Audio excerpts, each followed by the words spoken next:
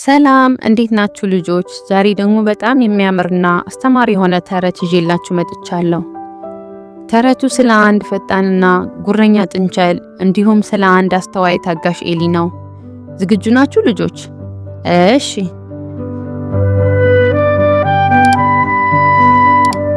ከዕለታት አንድ ቀን በአንድ ለምለም ጫካ ውስጥ እጅግ በጣም ፈጣን የሆነ ጥንቸል ይኖር ነበር። ጥንቸሉ ፍጥነቱ አስተማማኝ ቢሆንም በጣም ኩሩና ትዕቢተኛ ነበር። ሁልጊዜ ጫካ ውስጥ እየወረደ እንስሳቶቹን ያበሳጫቸው ነበር።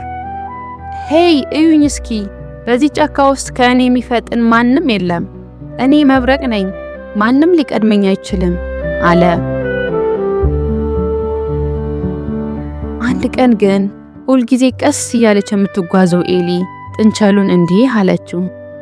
ጥንቸል ሆይ አሳቅብኝ፣ ቀስ ብልም የጀመርኩት ቦታ ግን ሳልደርስ አልቀርም።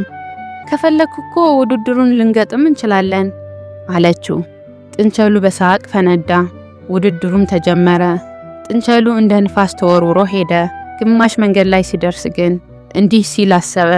እረ ይህቺ ኤሊ ገና ናት። እሷ እዚህ እስክትደርስ 100 ዓመት ይፈጅባታል። እስኪ ከዚች ዛፍ ስር ጋደም ልበልና ትንሽ ልተኛ ብሎ ይተኛል።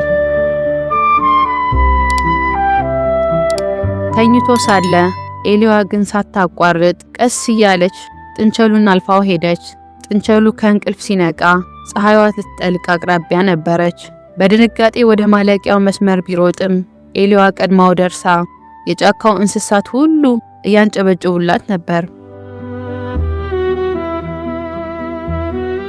ልጆች አያችሁት አይደል? ከዚህ ተረት ምን እንማራለን? ፈጣን መሆን ጥሩ ቢሆንም ትዕቢት ግን ውጤት አያመጣም። ይልቁንም በጽናት በትዕግስት የጀመርነውን ስራ መጨረስ ለስኬት ያበቃል። ተረቱን ከወደዳችሁት ላይክ ማድረጋችሁን እንዳትረሱ እሺ። ስለተከታተላችሁኝ አመሰግናለሁ። በሚቀጥለው ቪዲዮ እስክንገናኝ ደህና ሰንብቱ ልጆች። ቻው ቻው።